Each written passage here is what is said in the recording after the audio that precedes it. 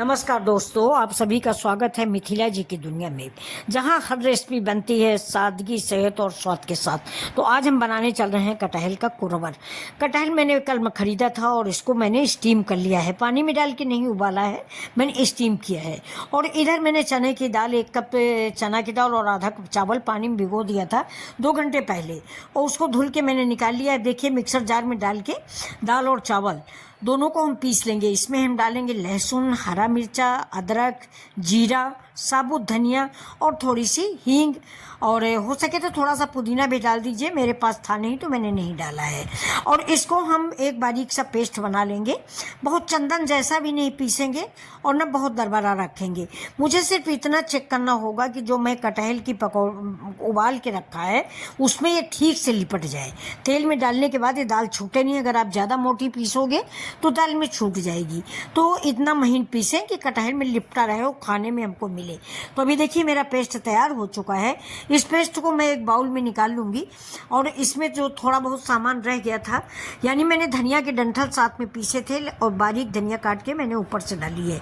अब इसमें हम डाल देंगे थोड़ा सा हल्दी और लाल मिर्च और भुना हुआ जीरा, नमक। ये चीज़ें डालकर हम कटहल की पकौड़ियाँ बनाएंगे।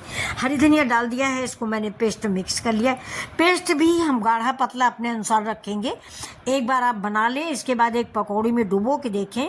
अगर नीचे गिर नहीं रहा तो आपका पेस्ट मजबूत है, और अगर बह रहा है तो उसमें थोड़ा सा चावल का आटा मिला लें, या बेसन रखा हो तो 1 चम्मच बेसन डाल लें।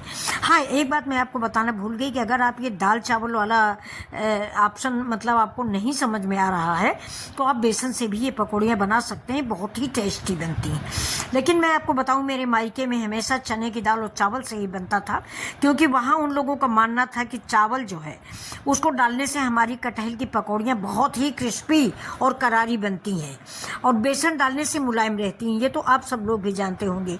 तो मैं आपको एक सलाह दे रही हूँ, आज मेरे कहने से ऐसे बना कर देख लीजिए और फिर बेसन की बना के देख लीजिए, और जो आपको ज़्यादा पसंद आए वैसी आप हमेशा बनाया करें। लेकिन मुझे पूरा विश्वास है कि आप ये चने की दाल और चावल वाली ही बनाएंगी।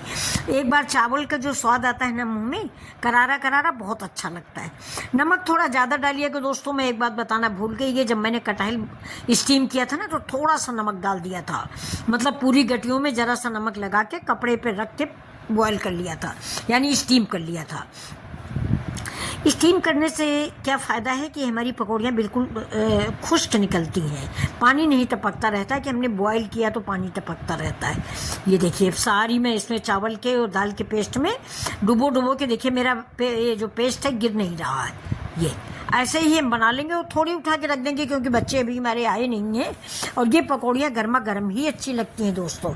तो कैसा रहा ये विलेज स्टाइल शाम का पकौड़ा आपके लिए, ज़रूर बताइएगा। वैसे बच्चों, आप लोग मेरे चैनल को सब्सक्राइब नहीं करते, भूल जाते हो क्या? नहीं बच्चों, भूला मत करो। अपनी आंटी का चैनल है ये, इसको भी तो थोड़ा बढ़ा दो। ये देखो, सभी लोग कहते हैं बंद कर दो, कोई आपका चैनल वीडियो देखता तो है नहीं। हमने कहा नहीं, मेरे बच्चे देखेंगे और आगे बढ़ेगा मेरा चैनल, ऐसा नहीं। तो ये देखिए, कटहल की पकौड़ियाँ बन गई। इनको वैसे गांव में मैं बताऊं, यहाँ तो जैम है, चटनी है, धनिया की चटनी, नारियल की चटनी।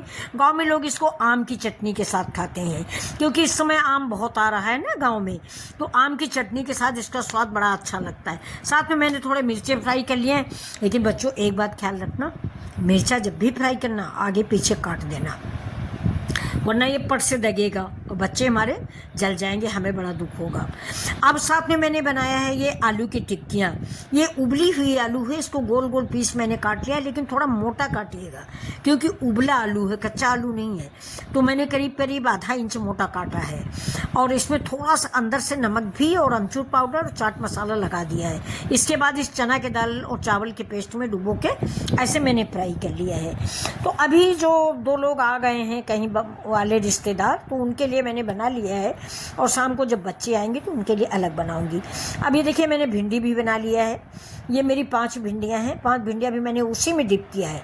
लेकिन भिंडी के लिए भी बच्चों बताऊं, बीच से फाड़ देना, और फाड़ने के बाद थोड़ा सा जो आपने मसाला बना रखा, मैं आपको दिखा नहीं पाई, नमक, हल्दी थोड़ी सी और चाट मसाला, उसको आलू भिंडी फाड़ के उसके अंदर थोड़ा सा अंदर लगा देना। तो जब भिंडी मुंह में जाएगी तो आपको फीकी नहीं लगेगी। तो ये देखिए कितना अच्छा कलर आया है, कितनी अच्छी लग रही है। ये देखिए, मुझे, मैं बताऊं आपको, मुझे कटहल से, भिंडी से, मिर्च से सबसे ज्यादा अच्छी मुझे क्रिस्पी करारी ये टिक्की को मांगती और आलू की टिक्की जो हम मार्केट से लाते हैं वो इसके सामने आप लोगों के लिए सर्व कर दिया है। और शाम की चाय है, बेहद स्वादिष्ट। मेरे घर में मेरे बच्चों को ये देसी नाश्ता बहुत अच्छा लगता है। कटहल की पकौड़ियाँ, प्याज की पकौड़ियाँ, मुरमुरा। तो आप लोगों को ये कटहल, आलू और भिंडी और मिर्च की पकौड़ी अगर अच्छी लगी तो ये देखिए दोस्तों, चावल और चने की दाल की वजह से ये हमारी कटहल की पकौड़ियाँ इतनी क्रिस्पी हुई हैं कि ये तोड़े में खर्र खर्र होती है। ये देखिए कोया गिर गया और ये चटनी के साथ मार्केट का सारा स्वाद बेकार। ये हेलो, और ऐसे ही ये भिंडी है, ये देखिए, ये मिर्च है, सब में मैंने मसाला भर रखा है। ये आलू की पकौड़ी है, देखिए, वाह।